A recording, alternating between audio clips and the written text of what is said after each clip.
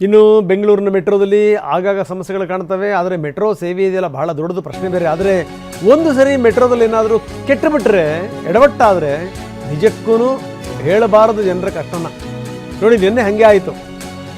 ಈ ನೇರಳೆ ಮಾರ್ಗದ್ದು ಮೆಟ್ರೋ ಇದ್ದಕ್ಕಿದ್ದಂಗೆ ತಾಂತ್ರಿಕ ದೋಷದಿಂದ ನಿಂತು ಹೋಯಿತು. ನಿನ್ನೆ ಸಂಜೆ 6:30 ಸುಮಾರಿಗೆ ನಿಲ್ತು. ಏನು ಅಂದ್ಕೋಬೇಕು ಜನಗಳು? ಯಾಕೆ ನಿಲ್ತು, ಏನು ಮುಂದಕ್ಕೆ ಹೋಗ್ತಿಲ್ಲ, ಅದ್ರ ಬಗ್ಗೆ ಸರಿಯಾದಂಥ ಮಾಹಿತಿ ಇಲ್ಲ.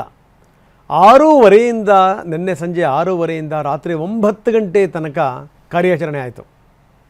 108 ಸಮಸ್ಯೆಗಳಿದೆ. ಯಾಕಂದರೆ ಈ ಹಳಿನಲ್ಲೇ ಈ ಕರೆಂಟ್ ಪಾಸ್ ಆಗೋದು, ಪವರ್ ಪಾಸ್ ಆಗೋದು, ಅದು ನಿಮಗೆ ಗೊತ್ತಿರುವಂಥ ಸಂಗತಿ.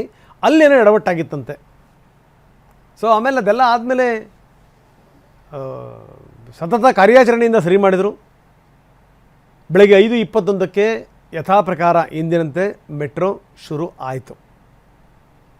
ಜನ ಹೆಂಗೆ ಮಾಡಿದ್ರು ಅಂತಂದರೆ, ಸಿಕ್ಕಾಕೊಂಡ ತಕ್ಷಣ ಎಡವಟ್ಟಾಗ್ಬಿಡ್ತು, ಭಯಪಟ್ಟರು. ಅಲ್ಲಿಂದ ಇಳಿದಂಥವರೇ ಲಾರಿ ಗೀರಿ ಹತ್ಕೊಂಡು ಇಳಿಬೇಕಾಯ್ತು, ಅಂಥ ಒಂದು ಸ್ಥಿತಿ.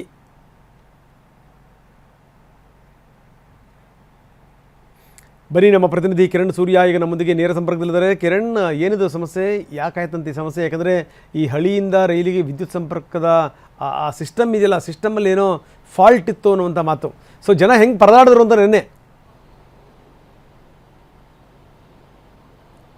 ಹೌದು ರಂಗನಾಥ್, ಅಂದರೆ ನೇರಳೆ ಮಾರ್ಗದ ವೈಟ್ಫೀಲ್ಡ್ನಿಂದ ಚಲ್ಲಘಟ್ಟ ಮಾರ್ಗದ ಕಬ್ಬನ್ ಪಾರ್ಕ್ ಮೆಟ್ರೋ ಸ್ಟೇಷನಲ್ಲಿ ನಿನ್ನೆ ಸಂಜೆ 6:30 ಸುಮಾರಿಗೆ ತಾಂತ್ರಿಕ ಸಮಸ್ಯೆ, ಅಂದರೆ ಪವರ್ ಸಪ್ಲೈ ಆಗಲಿಲ್ಲ. ಅಂದರೆ ಟ್ರೈನಿಗೂ ಮತ್ತು ತಿರ್ಗಾ ಅಲ್ಲಿ ಏನು ಪವರ್ ಹರಿತಾ ಇರುತ್ತೆ, ಆ ಪವರ್ನಿಂದ ಯಾವುದೇ ಥರವಾದಂತಹ ಸಪ್ಲೈ ಆಗಲಿಲ್ಲ ಅನ್ನೋಂಥ ಕಾರಣಕ್ಕಾಗಿ 6:30 ಸಂದರ್ಭದಲ್ಲಿ ಟ್ರೈನು ಕೂಡ ನಿಂತಲ್ಲೇ ನಿಂತಿತ್ತು. ಸುಮಾರು ಅರ್ಧ ಗಂಟೆಗಳ ಕಾಲ ಕಬ್ಬನ್ ಪಾರ್ಕ್ ಮೆಟ್ರೋ ಸ್ಟೇಷನ್ನಲ್ಲಿ ಪ್ರಯಾಣಿಕರು ಸಾಕಷ್ಟು ಸಂಕಷ್ಟವನ್ನು ಕೂಡ ಎದುರಿದ್ರು. ಸಾಕಷ್ಟು ಜನ ಪ್ರಯಾಣಿಕರು ಒಂದಷ್ಟು ಆತಂಕ, ಗಾಬರಿ ಕೂಡ ಒಳಗಾಗಿದ್ರು. ಅದಾದ ನಂತರದಲ್ಲಿ 20-25 ನಿಮಿಷಗಳ ನಂತರದಲ್ಲಿ ಲೋಕೋ ಪೈಲಟ್ ಕೂಡ, ಅಂದರೆ ಟ್ರೈನಿನ ಒಂದು ಡೋರ್ಗಳನ್ನು ತೆಗಿಲಿಕ್ಕೆ ಮುಂದಾದಂದರೆ ಈಗ ಸಪ್ಲೈ ಆಗ್ಬೋದು, ಒಂದು 10 ನಿಮಿಷಗಳ ನಂತರದಲ್ಲಿ ಸಂಪರ್ಕ ಸಿಗಬಹುದು ಅನ್ನೋಂಥ ಕಾರಣಕ್ಕಾಗಿ ಲೋಕೋ ಪೈಲಟ್ ಕೂಡ ಡೋರ್ಗಳನ್ನು ಓಪನ್ ಮಾಡಲಿಲ್ಲ. ಯಾಕೆ ಅಂದರೆ ಪ್ರಯಾಣಿಕರು ಗಾಬರಿಯಲ್ಲಿ ಎಲ್ಲಾದರೂ ಆ ಕಡೆ ಟ್ರೈನ್ ಬರುವಂಥ ಸಂದರ್ಭದಲ್ಲಿ ಆ ಕಡೆ ಏನು ವಿದ್ಯುತ್ ಸಂಪರ್ಕ ಇರುತ್ತೆ, ಆ ಸಂದರ್ಭದಲ್ಲಿ ಏನಾದ್ರು ಇಳಿದ್ರೆ ದೊಡ್ಡ ಮಟ್ಟದಲ್ಲಿ ಅನಾಹುತ ಆಗುತ್ತೆ ಅನ್ನೋಂಥ ಕಾರಣಕ್ಕಾಗಿ ಡೋರ್ಗಳನ್ನು ಓಪನ್ ಮಾಡಲಿಕ್ಕೆ ಮುಂದಾಗಿರಲಿಲ್ಲ.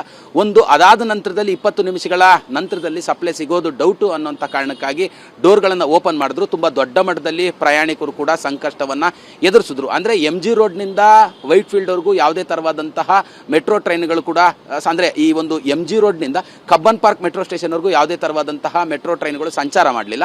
ಮತ್ತು ಮೆಜೆಸ್ಟಿಕ್ನಿಂದ ಚಲ್ಲಘಟ್ಟವರೆಗೂ ಯಾವುದೇ ಥರವಾದಂತಹ ಮೆಟ್ರೋ ಟ್ರೈನ್ಗಳು, ಅಂದರೆ ಮಧ್ಯಭಾಗದಲ್ಲಿ ಏನಿದು ಕಬ್ಬನ್ ಪಾರ್ಕ್ ಮೆಟ್ರೋ ಸ್ಟೇಷನಿಂದ MG ರೋಡ್ ಇರ್ಬೋದು, ಮತ್ತು ಕಬ್ಬನ್ ಪಾರ್ಕ್ ಮೆಟ್ರೋ ಸ್ಟೇಷನಿಂದ ಮೆಜೆಸ್ಟಿಕ್ ಮೆಟ್ರೋ ಸ್ಟೇಷನ್ವರೆಗೂ ಯಾವುದೇ ಟ್ರೈನ್ಗಳು ಕೂಡ ನಿನ್ನೆ 11 ಗಂಟೆವರೆಗೂ ಕೂಡ ಸಂಚಾರವನ್ನು ಮಾಡಲಿಲ್ಲ.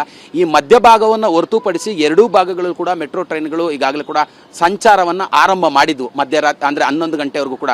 ಬೆಳಗ್ಗೆ 5:21 ಕಬ್ಬನ್ ಪಾರ್ಕ್ ಮೆಟ್ರೋ ಸ್ಟೇಷನ್ನಿಂದ ಚಲ್ಲಘಟ್ಟ ಇರ್ಬೋದು, ಕಬ್ಬನ್ ಪಾರ್ಕ್ ಮೆಟ್ರೋ ಸ್ಟೇಷನ್ನಿಂದ ವೈಟ್ಫೀಲ್ಡ್ ಇರ್ಬೋದು, ಒಟ್ಟು ನೇರಳೆ ಮಾರ್ಗದಲ್ಲಿ ಈಗಾಗಲೇ ಸಂಪೂರ್ಣವಾಗಿ ಮೆಟ್ರೋ ಟ್ರೈನ್ಗಳು ಸಂಚಾರವನ್ನು ಆರಂಭ ಮಾಡಿರುವಂಥದ್ದು. ಸದ್ಯ ಆ ಒಂದು ಮೆಟ್ರೋ ಟ್ರೈನ್ ಏನು ಕೆಟ್ಟು ನಿಂತಿತ್ತು, ಆ ಒಂದು ಮೆಟ್ರೋ ಟ್ರೈನ್ ಬೈಯಪ್ಪನಹಳ್ಳಿ ಡಿಪೋಗೆ ಈಗಾಗಲೇ ಕೂಡ BMRCL ಅಧಿಕಾರಿಗಳು ತೆಗೆದುಕೊಂಡು ಹೋಗಿರುವಂಥದ್ದು. ಯಾವ ಕಾರಣಕ್ಕಾಗಿ ಸಂಪರ್ಕ ಕಳೆದುಕೊಂಡಿತ್ತು ಅನ್ನೋಂಥ ಎಲ್ಲ ಪರಿಶೀಲನೆಗಳನ್ನು ಕೂಡ ಈಗಾಗಲೇ ಬೆಳಗಿನಿಂದಲೇ ಆರಂಭ ಮಾಡಿರುವಂಥದ್ದು.